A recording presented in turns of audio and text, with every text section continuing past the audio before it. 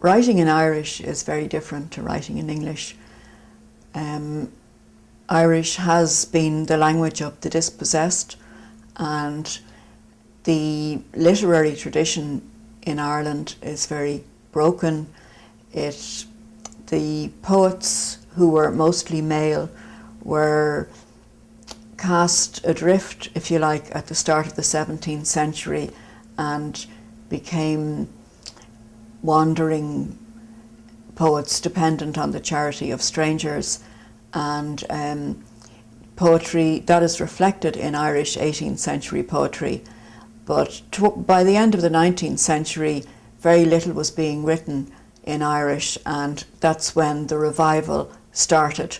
So always, when I'm writing in Irish, I'm always aware of that background.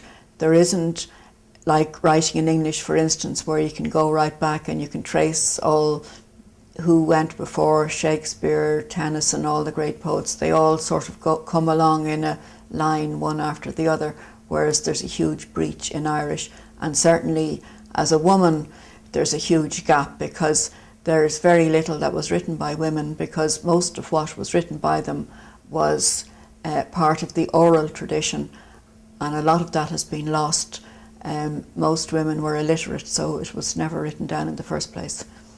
And when I write in English, then of course there's the great history of the English language there, and Shakespeare and all these giants that I'm aware of when I write poetry, or I have been in the past. But in recent times, when I was putting together my book about the Irish travellers, which is written in English because that's a part of my life that is very much in English, and the English in which that book is written is very much a contemporary, colloquial, West Dublin English. One of the main challenges of writing in English has been access to dictionaries, because the language was so fractured.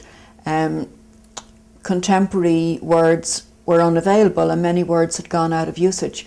But that problem is being resolved at the minute with all kinds of online dictionaries, and it's all very exciting, because even here in America I can access these dictionaries online. In fact, 2 of them went online only last week, and that's terrific progress for me. So that's one piece of frustration out of the way. Another challenge with writing in Irish is that very few people speak it, and on the last census in Ireland, I think approximately 88,000 said they spoke Irish on a daily basis in Ireland, and that's less than the number of people speaking Polish, for instance.